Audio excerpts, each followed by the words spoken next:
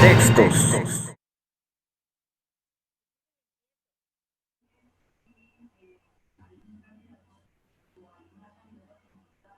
Hola, buenas noches. Estamos ya en el programa Contextos desde la plataforma de Ultimátum.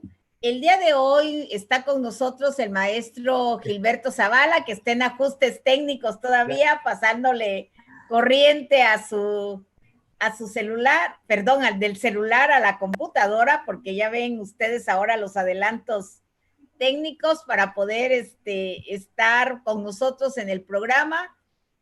Ya hay muchos temas que nos preocupan, por ejemplo, en Villahermosa, esta inundación tan terrible que no solo Villahermosa, sino otros sitios de Tabasco están sufriendo la inundación. Y hasta el momento, ¿verdad? Como somos legos en la materia, no sabemos si realmente el desfogue de las presas que están situadas en Chiapas es el motivo de esta inundación. También se habla que a lo largo de la historia de Tabasco ha habido varias desviaciones de los cauces de los ríos que rodean Villahermosa y que eso también ha provocado este tipo de situaciones. Y si uno va desde el aire, ¿verdad? En el avión uno ve Villahermosa rodeada de agua, simplemente esta laguna de las ilusiones, la laguna de las ilusiones que ocupa casi todo el centro de Villahermosa. Por ejemplo, la laguna de las ilusiones rodea la parte de la Universidad de Tabasco y es curioso, la Universidad de Tabasco se encarga, me supongo que son los biólogos y los veterinarios, de cuidar a los cocodrilos de la laguna. Y en una de estas inundaciones terribles que sufrió Villahermosa, los cocodrilos se paseaban por las aulas de la Universidad de Tabasco. Yo creo que querían aprender, yo creo que querían ingresar y tomar clases en la universidad, pero fue increíble lo que pasó en esa ocasión. Y a pesar de estos hechos, no se ha podido lograr que que existan obras hidráulicas o que se tomen medidas especiales para impedir lo que hoy estamos viendo en Tabasco.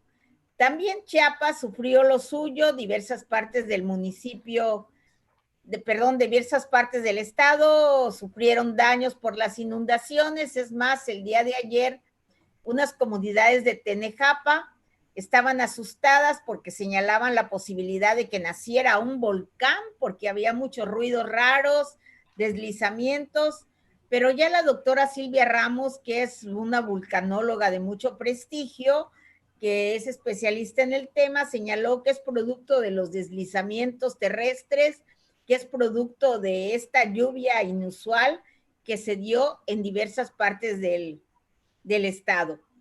Por otra parte, como ayer señalábamos, el presidente de Perú, Vizcarra, ¿verdad?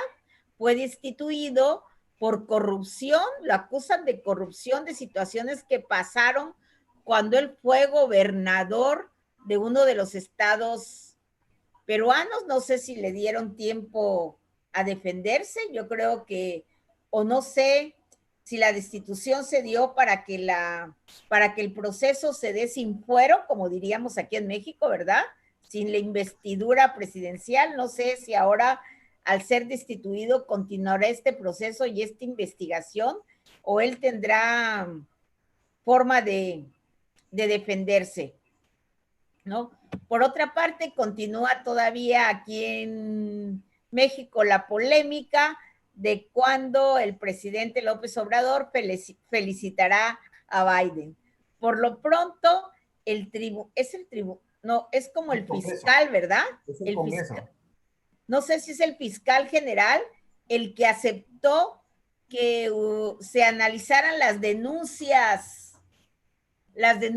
electorales, ¿verdad?, de fraude, siempre y cuando estas tuvieran las evidencias necesarias para que fueran aceptadas, ¿no? Si no, si esto no es así, ¿verdad? Pronto tendremos ya, creo que es en los primeros días de diciembre, cuando el colegio electoral se reúne y resuelve, aunque el nuevo presidente tome posesión hasta los primeros días de enero. Más o menos así es la historia, como ayer nos las explicó con más detalle nuestro compañero Juan Carlos Calimayor. Pero el día de hoy el maestro Gilberto Zavala, quien además es un experto en temas de educación, en temas de estas relaciones de la coordinadora, de la CENTE, que han sido siempre motivo de conflicto y motivo, sobre todo aquí en Chiapas, donde nace la CENTE, junto con Oaxaca y Guerrero, ¿verdad? Que han sido los estados más aguerridos en el tema. A nosotros nos ha tocado sufrir los conflictos magisteriales. El maestro Zavala, creo que a propósito de este tema, nos tenía un comunicado o una situación que surgió el día de ayer, ¿verdad? Sí, si le parece, eso lo dejamos un poquito después de la mitad y quisiera enriquecer lo que usted ya ha adelantado, qué es lo que está pasando en el tema del coronavirus, que a veces no quisiéramos tenerlo, pero sin duda es importante. Fíjense, quienes nos siguen por la red de Ultimátum, por la plataforma digital, este martes 10 de noviembre ya del 2020, faltan pocas semanas, pocos días para que concluya este mes que ha sido en verdad desastroso, polémico, complejo, muy difícil para mucha gente, con la pandemia, con la recesión económica, la falta de empleos, muertos, inseguridad. Le faltó resumir, maestra, lo que sucedió ayer en Cancún con esa Así es cierto, manifestación. y además es un tema muy preocupante, ¿verdad?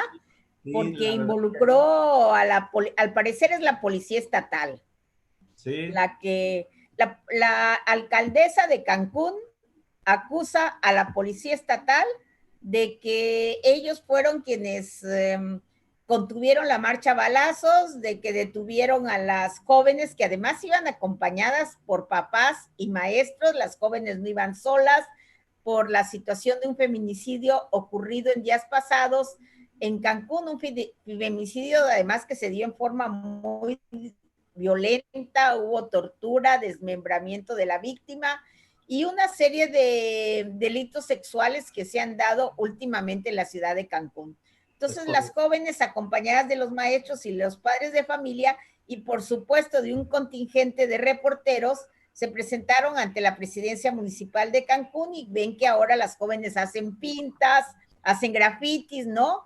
Y al parecer nunca faltan algunos que son más violentos, que creo que iban armados como con palos, al parecer, que destruyeron una puerta de la presidencia municipal. Sin embargo, la policía reaccionó con una violencia inusitada, hubo balazos, hubo una persona herida, creo que también un reportero herido, hubo varias jóvenes detenidas, a pesar de que ellas no eran las personas que estaban provocando la violencia. Se acusó en un momento dado a la policía municipal y la alcaldesa de Cancún señaló que era la policía estatal. El director de la policía estatal presentó su renuncia, le dijo al gobernador que allí estaba su renuncia, que hiciera la investigación correspondiente. Y pues creo que es importante que el gobernador tome en serio esta investigación y deslinde responsabilidades, ¿no? Creo que desafortunadamente los cuerpos policíacos se están contagiando de acciones que se han dado en otros estados, por ejemplo, en León, también la policía municipal respondió con mucha agresión a una marcha similar a la que se dio en Cancún. Y si esto no se para, si no se hace una investigación a fondo, pero también que, es, que no existe impunidad en cuanto a los feminicidios, ¿no? Que existan investigaciones prontas, eficientes, que deslinden responsabilidades, que se capturen a los culpables de estos hechos, si no, las marchas continuarán dándose y tal vez sí haya desbordamientos de violencia y eso no queremos que se dé, ¿verdad? Porque Okay. al rato tendremos enfrentamientos entre jóvenes, mujeres, ¿verdad? Con las policías municipales. Y como sucedió en León, que también fue muy criticado, mandaron a policías mujeres a enfrentarse, ¿verdad? Mujeres contra mujeres enfrentadas en esta en esta violencia institucional, porque es una violencia institucional, primero la que se da desde que un feminicidio no es investigado a fondo, desde que hay impunidad y desde que se manda a las mujeres policías enfrentarse a las mujeres y ya ha habido agresiones de ambos lados, ¿no? Es una situación que preocupa. En ese contexto, entonces, maestra, yo quisiera traer a nuestro México en términos de la pandemia, que México va a ser o está seleccionado para que en 7 estados se hagan los ensayos de la tercera fase de la vacuna contra el coronavirus por el laboratorio CanSino. Esos estados van a ser Guerrero, Oaxaca, Aguascalientes, la Ciudad de México, ahí nada más van a haber 8,000, digamos, voluntarios, Michoacán, Nuevo León y Coahuila. A la par que en el país, en nuestro México, ya existen 9 estados con un incremento importante en los contagios en las últimas semanas y ya 2 pasaron a semáforo epidemiológico color rojo. La Ciudad de México me parece que mantiene una movilidad ciudadana muy elevada y puede ser riesgoso. Esto, frente a esto, en Rusia, en Moscú particularmente, se han cerrado los centros nocturnos o las actividades nocturnas durante 2 meses para tratar de contener digamos, la segunda ola o el rebrote de la pandemia. En Brasil se suspendieron los ensayos de la vacuna de Sinovac porque se le observó un efecto, digamos, adverso a lo que se buscaba. Pero por otro lado, los laboratorios Pfizer y BioNTech han anunciado que su vacuna la desarrollaron y que previene el coronavirus en un 90%. Este anuncio, este desarrollo de la vacuna, sin duda alentó los mercados y generó, digamos, una expectativa mayor a las 3 vacunas que ya se han venido anunciando en los últimos meses y se espera que para, digamos, la tercera semana de noviembre ya pudiera tener con mayor precisión qué tanto se puede aplicar o no esta vacuna en algunos países. ¿Cuál es el problema? El problema es que efectivamente se requiere de una cadena para esta vacuna que ya está, digamos, garantizada o probada en términos de efectividad en un 90%, que se requiere de una cadena de frío de hasta menos 80 grados centígrados para poder hacer la distribución en el país. Y me parece que México como país no tiene esas condiciones, porque es un país relativamente de un ambiente templado, caluroso, y va a haber problemas ahí. Bueno. Pues tal vez unos de estos trailers, ¿no? Congeladores, ¿no? Que se utilizan para transportar otro tipo de alimentos, ¿no? Podrían ser utilizados o adaptados, ¿no?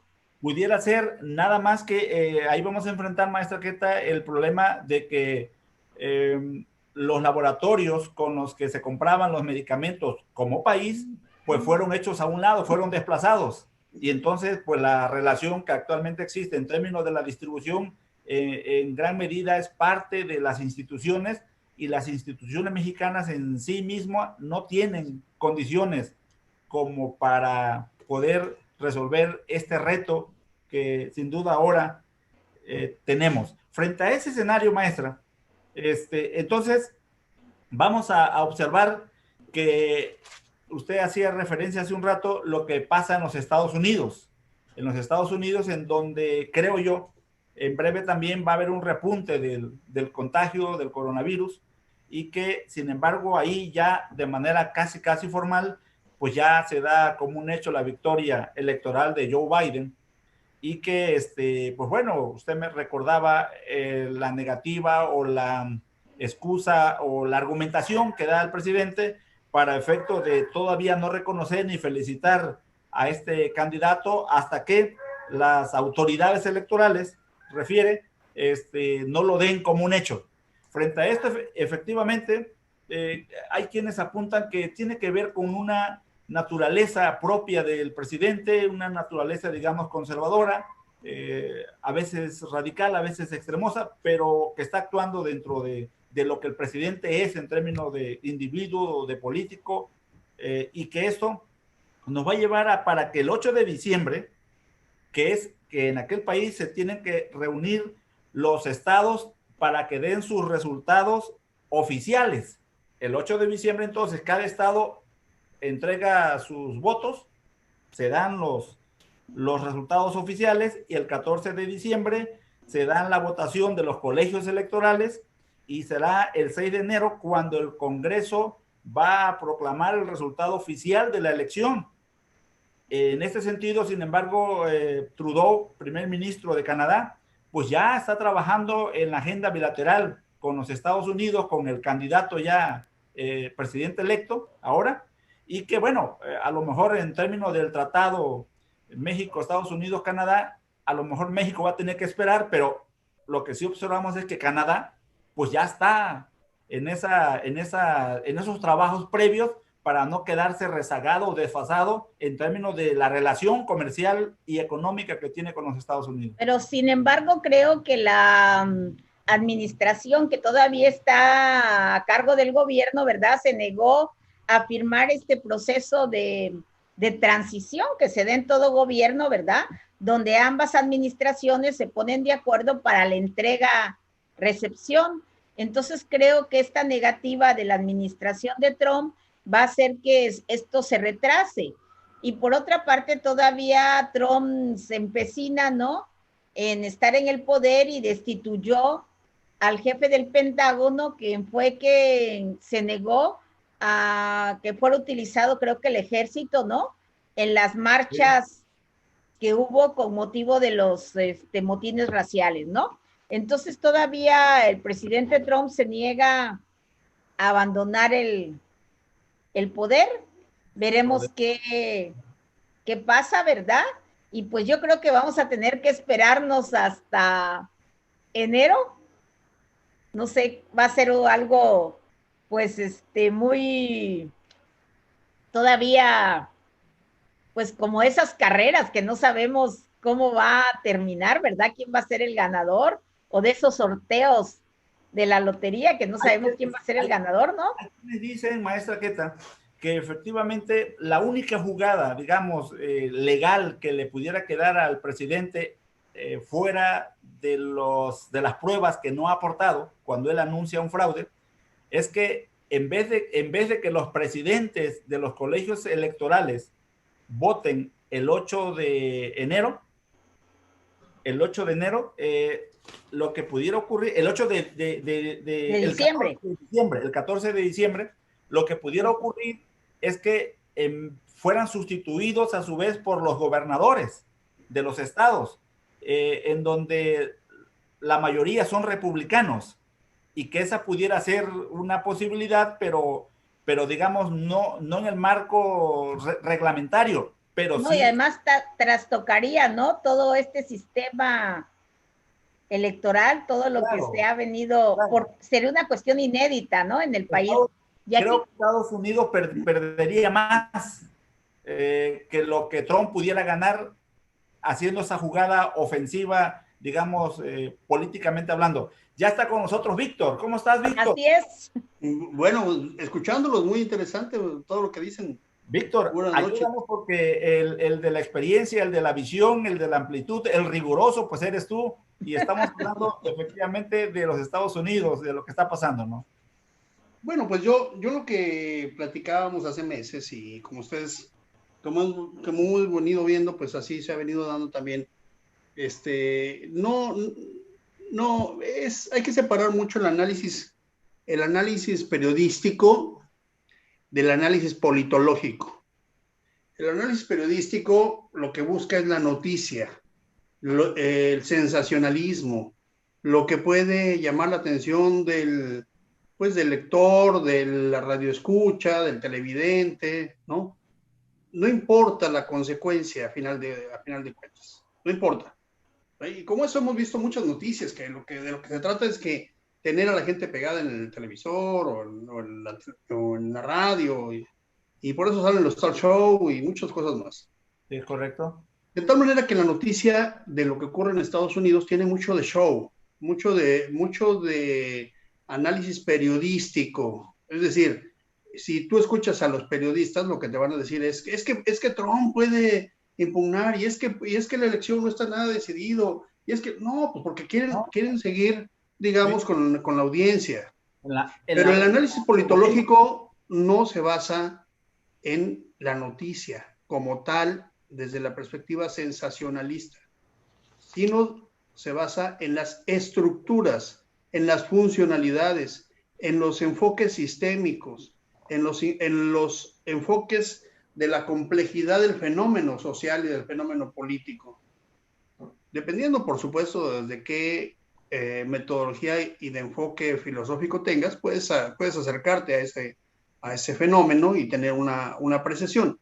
Sin embargo, en todos los enfoques politológicos, analíticos, estructurales, pues vas a tomar en cuenta lo que verdaderamente puede ocurrir como una viabilidad real. ¿Y qué es lo que va a pasar en el caso de Estados Unidos? Por eso, y no es que uno sea divino, sino qué es lo que va a pasar en el caso de Estados Unidos. Nada. Así, perdón, pero la verdad es que todos quisieran algo sensacionalista, pero no va a pasar nada.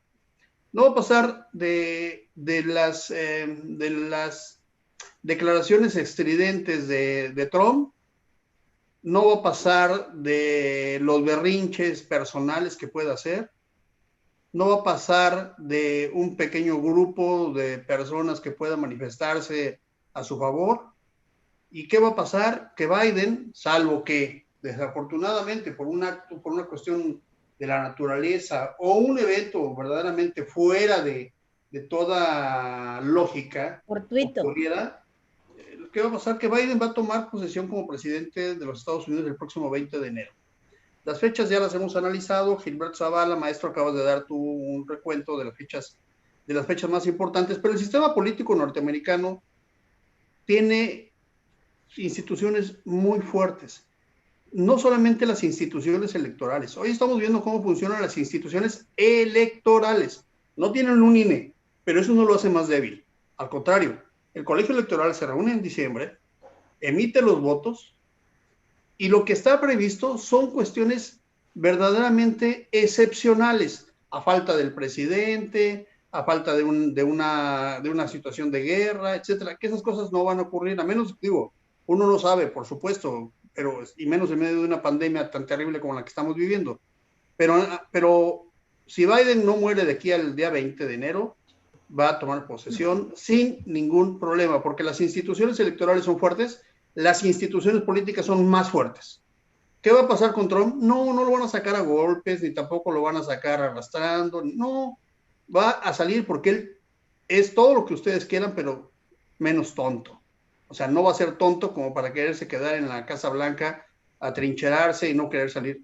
No, hoy el ejército, por eso renuncia ya el secretario de la Defensa, por eso renuncia el procurador, porque ya no quieren ser parte de esta mascarada que está haciendo Trump.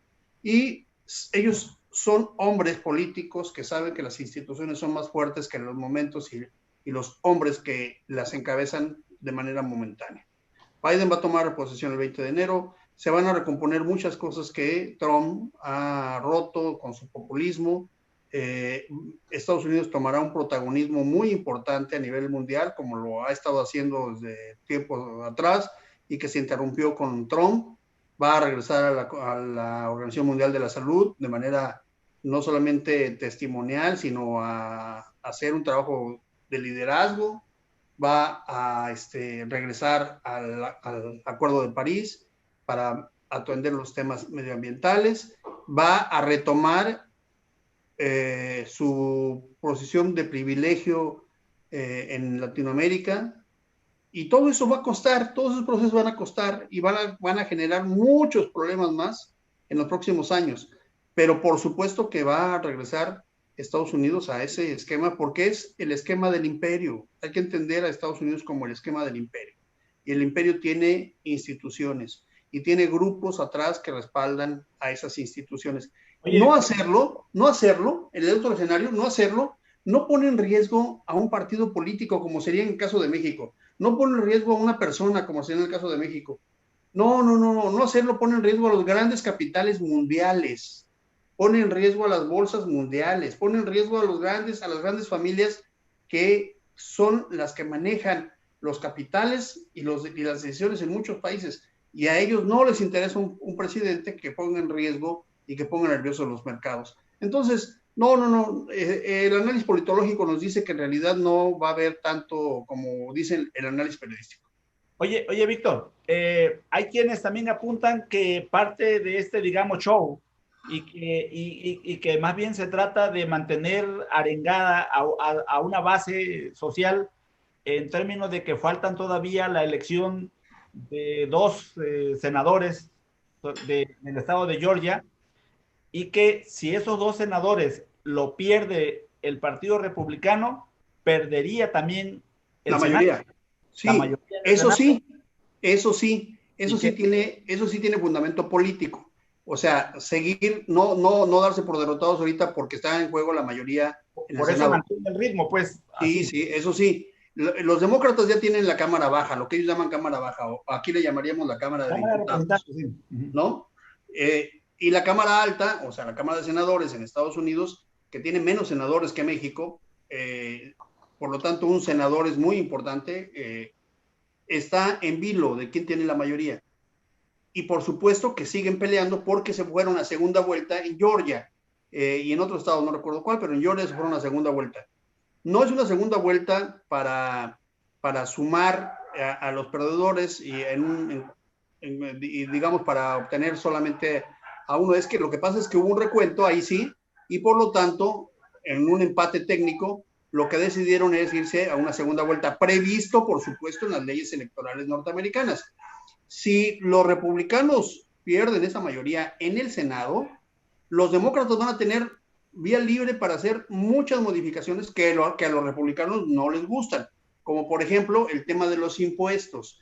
Trump bajó muchos impuestos para promover el desarrollo económico. Los demócratas quieren subir impuestos a los capitales más altos. Ese es uno de los debates más grandes que se van a dar en la Cámara de Diputados, entre otras cosas porque hay una agenda legislativa. Y hay otra razón, maestro Zavala, otra razón por la cual Trump está actuando así. Trump puede, de acuerdo a las leyes norteamericanas, postularse como candidato a la presidencia de la República dentro de 4 años, y lo cual no sería nada extraño. Es decir, podríamos tener una nueva elección en donde estuviera quizá Kamala Harris, muy difícilmente Joe Biden, pero quizá Kamala Harris compitiendo contra Donald Trump dentro de 4 años. Esto es parte de un análisis politológico, hay que verlo porque son actores políticos. Y es que fíjate, perdón, maestra Queta, lo que pasa es que efectivamente, frente a los resultados que obtuvo Trump en el 2016, me parece, a lo que obtuvo hoy, lejos a pesar de que pierde, él incrementa sus votos. Sí, claro. Bueno, pero también Biden creo que incrementa los votos en relación a Hillary, ¿no? Y a otros. Sí. Pero esto también refleja que el país está prácticamente a la mitad. No, pero no solamente eso. Fíjate lo interesante, algo muy interesante para los estadounidenses y que hay que celebrarlo, es que no obstante la pandemia y no obstante la situación tan difícil en la que se encuentran, esta ha sido la elección con más votantes de la historia de los Estados Unidos. Y Biden ha sido y será el presidente electo con más votos en la historia de las elecciones de Estados Unidos. Y Trump será el candidato perdedor con más votos en la historia de los Estados Unidos. O sea, eso es muy bueno. O sea, la polarización aquí sirvió para subir para que la gente nivel de participación. Eso es muy bueno, ¿no? Debería servir de ejemplo para México, ¿verdad? Sí. Para que en las elecciones saliéramos a votar en esa cantidad, ¿verdad? Porque luego nos pasamos en críticas de chat, en críticas de redes sociales, pero sin embargo no ejercemos nuestro derecho a elegir a nuestros gobernantes, ¿no? Sí, entonces creo que eso, el voto es algo muy importante, le debemos tener la confianza al voto de que es un mecanismo que nos hace decidir quiénes son nuestros gobernantes, ¿no? Pero eso habla precisamente, maestra Queta, de una población, de un país maduro, de un país desarrollado, y que me parece que todavía México no tenemos esas condiciones frente a ese, digamos, reto que aceptó la ciudadanía e incrementa su participación electoral a pesar de la pandemia, a pesar, digamos, de la polarización social y política que había en el ambiente y a pesar de rasgos de ingobernabilidad que se ven, me parece que estos tres factores terminan siendo los grandes retos ahora para Joe Biden en términos del ejercicio para su gobierno en los próximos 4 años. Es un gran compromiso que tiene Joe Biden, ¿no? Claro. Y además de reconciliar estos diversos Estados Unidos que existen, como diversos Méxicos claro. que tenemos, ¿no? De reconciliar este tejido social que quedó muy dañado, reconstruir toda esta parte de los derechos civiles de las minorías, el tema de los migrantes, ¿verdad? Que es un tema muy importante también. Debe atender muchos temas que o fueron atendidos de manera muy mala, ¿verdad? Por la administración que acaba de salir, ¿no? Que está por salir, o que fueron de alguna manera también desatendidos, ¿no?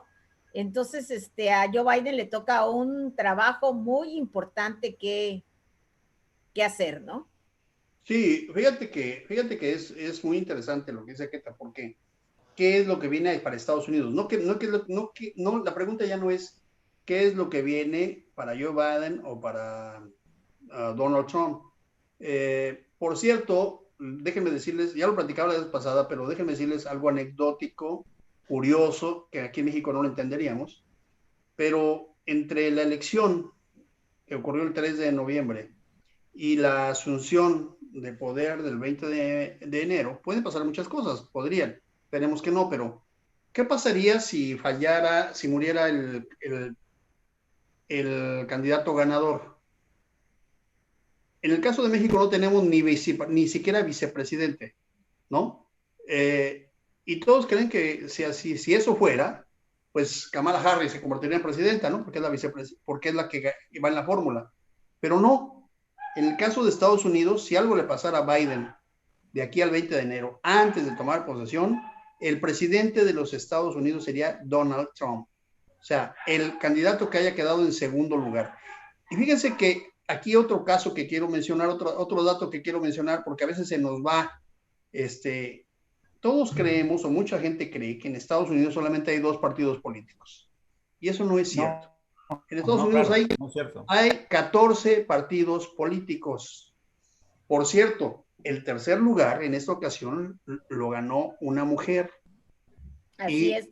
Y obtuvo más o menos como 3.5% de la votación. También tuvo la votación más alta de un tercer partido creo que desde hace muchísimos años, no sé si 1 o 2 siglos, porque sí, antes sí había un tercer partido que luego se fusiona con los republicanos, pero bueno, sí hay un partido, el famoso Partido Libertario, hay otro partido comunista. Ha habido candidatos independientes, ¿no? Hay candidatos independientes, hay un partido verde, ¿sí? El Green Party de Estados Unidos, que sí es un partido ecologista. Hay, bueno, hasta un partido para la protección de los osos en Estados Unidos. Así, que es un partido local aparentemente, pero que tiene la posibilidad de postular presidentes a la República. Es un partido que nació allá por Nebraska, creo. Es decir, hay muchos partidos en Estados Unidos. El republicano y el demócrata, por supuesto, son los partidos mayoritarios, y por eso se habla de un sistema bipartidista. Sin embargo, lo menciono por lo siguiente. En algunos estados como Pensilvania, por ejemplo, o Georgia, la diferencia entre el ganador y el segundo lugar puede estar en el margen inferior a un punto. Inferior a un punto. Puede ser de 0.7, de 0.5, de 0.8, que es justamente lo que está impugnando Trump, ¿no? Y que tendría la oportunidad, por de acuerdo a la ley, cuando las elecciones, la diferencia es menor a un punto, tienes posibilidad de impugnar. Cuando la diferencia es superior a un punto, ya no tienes esa posibilidad. Bueno, pues en esos estados, esta mujer Harriet, tuvo hasta 3 puntos. Vean qué curioso. O sea, vean qué curioso dato, ¿no? O sea, la participación del tercer partido de esta mujer, del Partido Libertario, tendría casi el doble de la diferencia que existe entre el primero y el segundo lugar. O sea, son casos también interesantes, curiosos, en el caso de Estados Unidos, claro, en su sistema política, ¿no? Sí. Nada más que allá no es como acá, que se dan estas alianzas, estos frentes, estos partidos, estas candidaturas comunes que no tienen ningún sentido político teóricamente, pero que se convierten en los instrumentos favoritos de los partidos políticos para engañar al ciudadano, la verdad. Allá se respeta mucho el voto y, como decía Queta, el tema del voto del ciudadano en Norteamérica o en Estados Unidos es un tema de responsabilidad moral, fíjate. Aquí lo vemos como un derecho, desde manera individual, y los partidos lo ven como como un caudal al cual hay que convencer, comprar, transitar, como sea, ¿no? En Estados Unidos, no, en Estados Unidos sí se ve con una responsabilidad moral. Hay gente que camina muchos kilómetros en el centro, sobre todo en el centro de los Estados Unidos, para poder emitir su voto. Y la diferencia de las distancias en Estados Unidos, que tienen una superficie casi el triple de México, por supuesto, es lo que hizo que en Estados Unidos se aceptara desde hace muchos años el voto a distancia o el voto por correo. Por correo, ¿no? Sí. Es un derecho, sí, que ahora nos sorprende y que se está impugnando. Pues no, el voto por correo en Estados Unidos tiene más de 120 años. ¿Sí? ¿Sí? Y también hay voto electrónico. Y el voto anticipado, ¿no? Que puedes y también votar el voto anticipado. desde mucho tiempo antes, ¿no? Que hay empieza desde mucho antes. Y otra cosa, que hay mucha gente, por ejemplo, estadounidense que vive en bases militares, por ejemplo, o que vivieron durante los años 70, 80. Estados Unidos tuvo muchas bases militares en el mundo. Las sigue teniendo, pero ya no tiene tanta gente.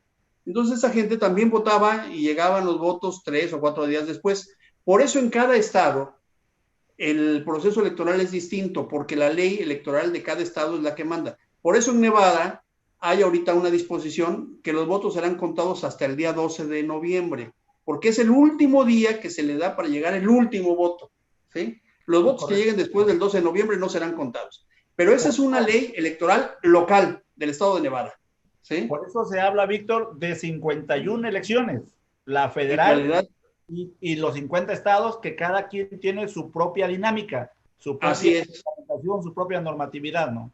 Sí. Así es. Y a pesar de que yo estoy a favor, ¿verdad?, del sistema electoral mexicano en el sentido del voto directo y no de la manera que se cuentan los votos en Estados Unidos, ¿no?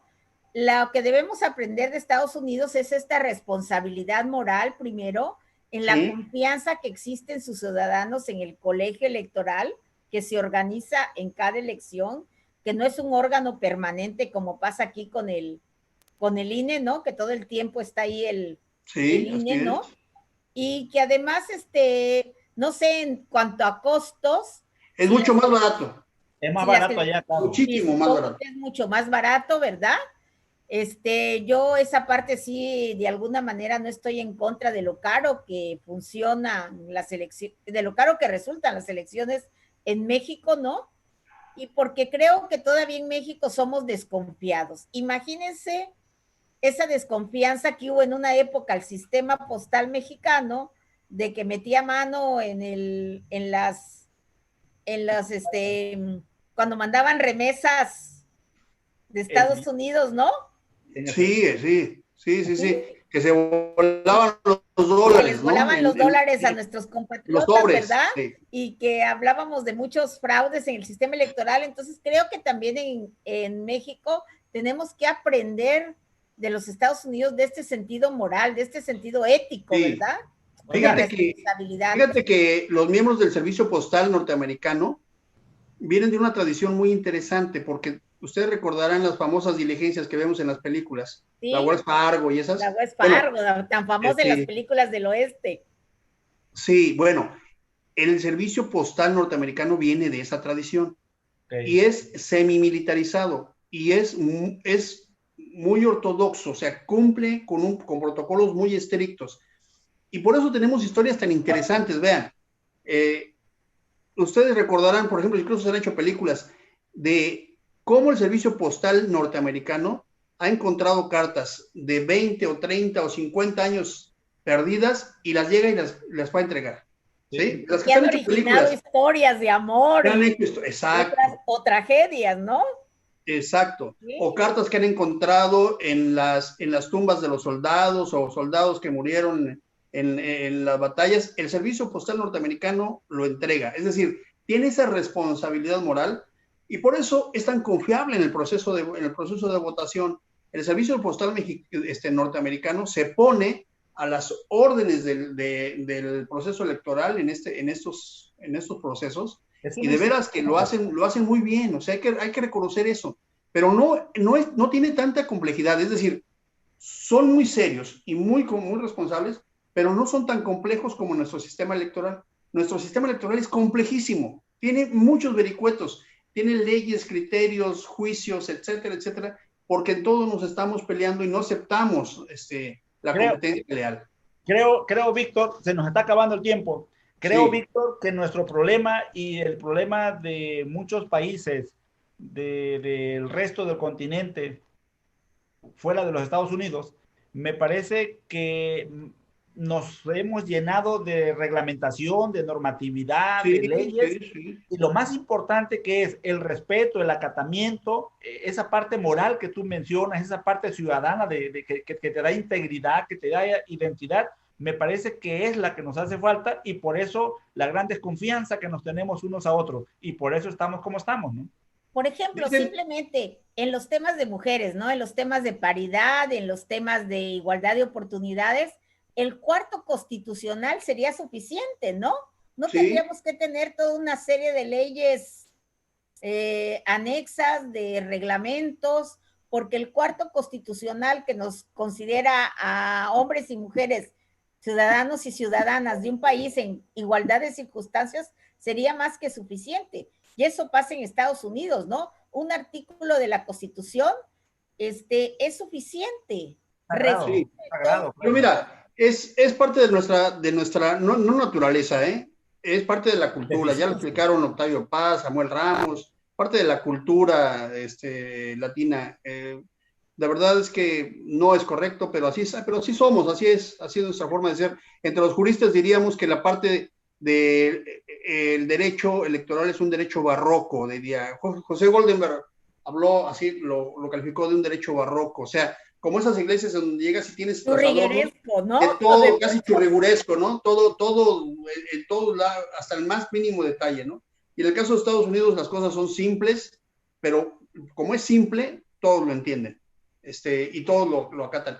Me llama mucho la atención el comentario que haces al principio, maestro Zavala, respecto a el debate que ha desatado el que el presidente de los Estados Unidos mexicanos diga que no va a reconocer todavía al presidente Biden.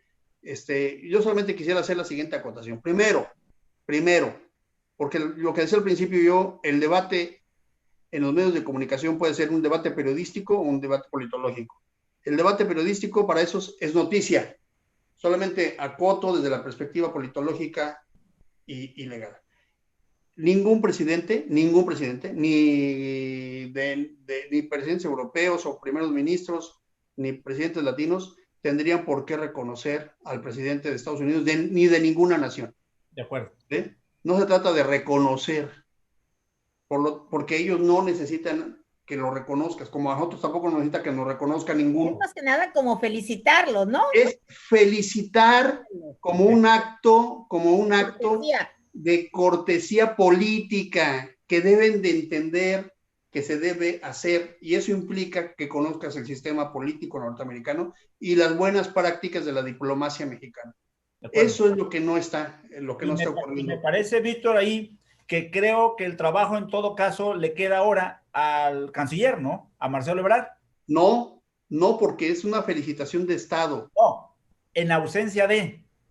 No, mira, no lo va a hacer porque sería saltarse al presidente. No, claro. No, a lo que me refiero es en términos de la relación y de la diplomacia, que no tiene que ser oficial, pero sí, en mi opinión, justificar el por qué efectivamente el presidente asume una posición en términos de prudencia o de esperar o de no ser lo que yo creo que el presidente, cuando recuerda lo del 2006, me parece que ahí el presidente mete un tema, mete una argumentación que refleja una parte. No, pero a ver, pero ahí lo que mete en juego es una emoción y no una ley y no una práctica diplomática. No, yo nada más lo cambio. Ve, el presidente de la República actual, Andrés Manuel López Obrador, fue electo el 6 de julio, ¿verdad? Digo, ocurrieron las elecciones en julio. Sí, en julio. Un periodo bastante largo entre... Espérame, asumió hasta enero. Hasta enero, de acuerdo. El Tribunal Electoral le entrega su reconocimiento, creo que no recuerdo exactamente las fechas, pero en noviembre. ¿Sí? Es correcto. En noviembre. De julio a noviembre, o de julio a septiembre, si quieres, porque no recuerdo exactamente las fechas en las que le entregaron, pero él ya ¿no lo felicitaron? Pregunto, ¿no lo felicitaron? Sí, claro. ¿No lo felicitaron de Estados Unidos? ¿No lo felicitaron de otras naciones? Sí, claro que sí, porque esa es una práctica diplomática. Víctor, pero no solamente lo felicitaron en términos de la diplomacia, sino que asumía ya decisiones que tenían que ver con la conducción propia del país. Sí, además. Por primera vez. Pero en este caso, o sea, alguien te tiene que explicar que no es un asunto que él tenga que llevar digamos, la incomodidad que sufrió con el caso de la elección en 2006 con... De acuerdo.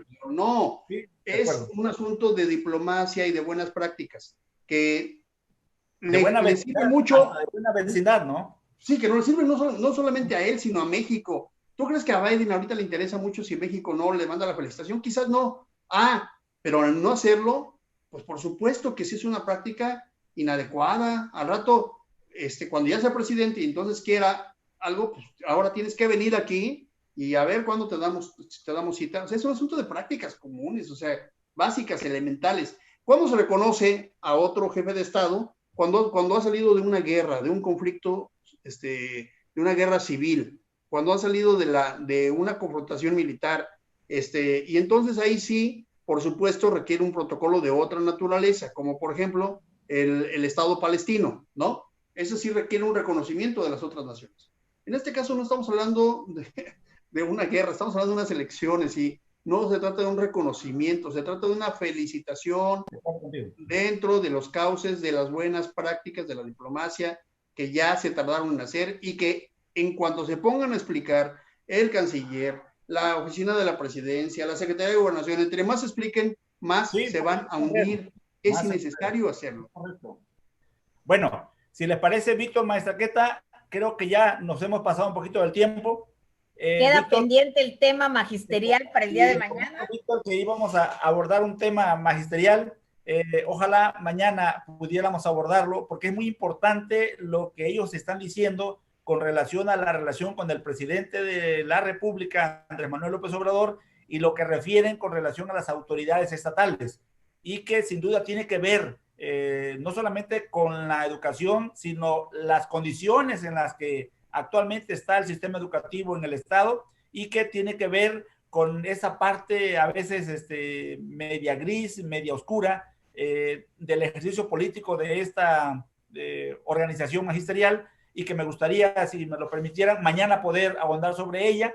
Hoy pues nos decimos buenas noches a todos, y que pasemos y descansemos bien en casa, y que nos sigamos cuidando, por supuesto, de la pandemia. Muy bien, pues buenas noches. Y muchas gracias a todos los que estuvieron con nosotros, Sí, la verdad es que ya ni nos dio tiempo porque el tema estuvo muy interesante, Víctor. Qué bueno que nos aporta. Siempre es importante tu comentario por la perspectiva en que le das. Así que muchas gracias y buenas noches, Víctor. Buenas noches, maestra Queta. Buenas noches, que descansen. Buenas noches, Queta. Buenas noches.